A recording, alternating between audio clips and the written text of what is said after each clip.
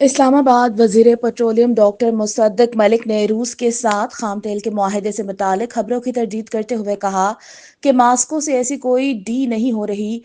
اسلام آباد میں میڈیا سے گفتگو کرتے ہوئے مصدق ملک کا کہنا تھا کہ روس سے خام تیل سے متعلق ڈیل کی خبریں بالکل غلط ہیں۔ روس کے ساتھ کسی ایسے نتیجے پر نہیں پہنچے کہ کوئی ڈیل ہو رہی ہے۔ روس سے خام تیل سے متعلق کوئی ڈیل نہیں ہوئی۔ مصدق ملک کا کہنا تھا روس سے خام تیل کا کوئی کارگو نہیں خرید رہے، ایسا فریم ورک بنا رہے ہیں کہ صارف کو سستا تیل ملے۔ ان کا کہنا تھا پاکستان ایل این جی کا کوئی اضافی کارگو نہیں لے گا، ہمارے پاس ایل این جی سرپلس ہے، ایل این جی کی قیمتیں گر چکی ہیں۔